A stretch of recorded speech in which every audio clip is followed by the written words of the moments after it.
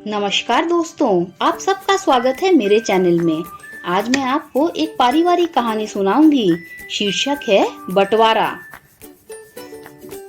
एक गांव में एक सुखी परिवार रहता था। उस परिवार में 3 भाई और 1 बहन थी।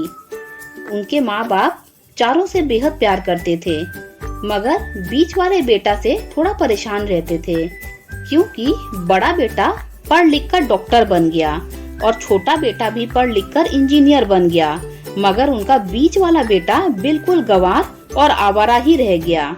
उनके 2 बेटे डॉक्टर इंजीनियर ने शादी भी कर ली थी और कुछ महीनों के बाद ही उनकी बेटी की भी एक अच्छे घर में शादी हो गई, मगर बीच वाला बेटा अभी भी कुंवारा ही था, क्योंकि वह बिल्कुल अनपढ़ था और कहीं पर मजदूरी का छोटा सा काम करता था। इसीलिए उससे शादी करने के लिए कोई भी लड़की नहीं मिल रही थी और उसके माँ बाप उससे बहुत परेशान हो चुके थे। अब जब भी उसकी बहन मायके आती तो पहले वह डॉक्टर और इंजीनियर भाइयों से मिलती, मगर बीच वाले भाई से बहुत कम मिलती थी, क्योंकि वह उसे ज्यादा पैसे नहीं दे पाता था। लेकिन फिर भी वह अपनी बहन से बहुत प्यार करता था। अब उनके पिताजी की बीच वाले बेटे की शादी किए बिना ही मृत्यु हो गई और उनकी माँ ने सोचा कहीं अब किसी के मुंह से बंटवारे की बात ना निकले। इसीलिए अपने ही गांव की एक सीधी सादी लड़की से अपने गंवार लड़के की शादी करवा दी। शादी होते ही न जाने क्या हुआ, अनपढ़ बेटा लगातार काम करने लगा और पहले से कहीं ज्यादा मेहनत भी करने लगा।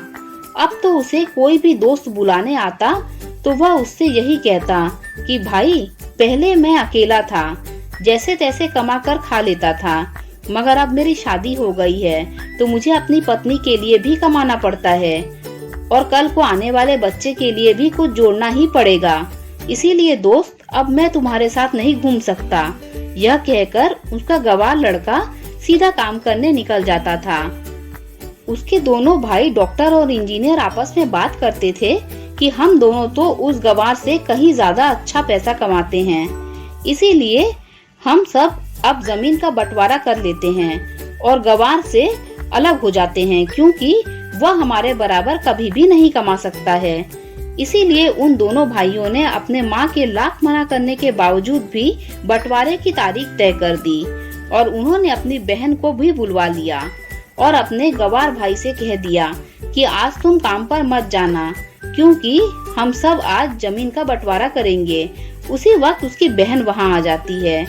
उसका गंवार भाई कहता है कि तुम लोग बंटवारा कर लो, मुझे जो भी देना हो दे देना, मैं शाम को आकर अंगूठा लगा दूंगा। तभी उसकी बहन कहती है, अरे बेवकूफ, तू तो अनपढ़ ही रहेगा, जमीन का हिस्सा तो आमने सामने बैठकर ही होता है। तब उनकी माँ भी कहती है कि बेटा, आज तो काम पर मत जा, बंटवारा तेरे सामने होगा तो अच्छा होगा। उसी वक्त वकील भी आ जाता है। तभी वकील कहता है कि आपका सारा हिस्सा मिलाकर 10 बीघा जमीन है और आपका यह घर, अब बताओ किसको कितना देना है, उसी हिसाब से बंटवारे के कागज बना दूंगा। उसी वक्त उसका गंवार भाई कहता है कि वकील साहब, 5-5 बीघा मेरे बड़े भाइयों के नाम लिख दो और यह मकान मेरी प्यारी बहन के नाम कर दो। तभी उसके भाई और बहन पूछते हैं, और तुम हिस्से में क्या लोगे? तभी उनका गंवार भाई कहता है, मेरे हिस्से में मेरी प्यारी माँ है ना। और तभी अपनी पत्नी की तरफ मुस्कुराते हुए कहता है कि क्यों मेरी प्यारी पत्नी, गलत कहा क्या मैंने?